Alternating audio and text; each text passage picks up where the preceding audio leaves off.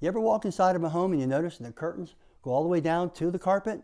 Well, that could be problematic. How is that? Well, when you come in and pre-spray or you come in and you clean the carpets, it can wick up, because which way does moisture go when it evaporates? It goes upwards. Well, I'm going to show you 3 solutions to that problem right now.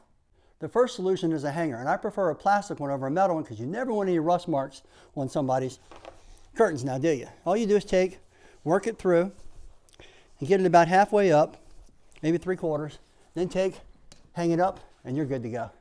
Number 2 is probably the easiest. Unfortunately, sometimes it can leave a little bit of wrinkles, so make sure you get it out of there later. You take and you fold them on top of each other. So you lift one up under it, put it like that, and get to moving.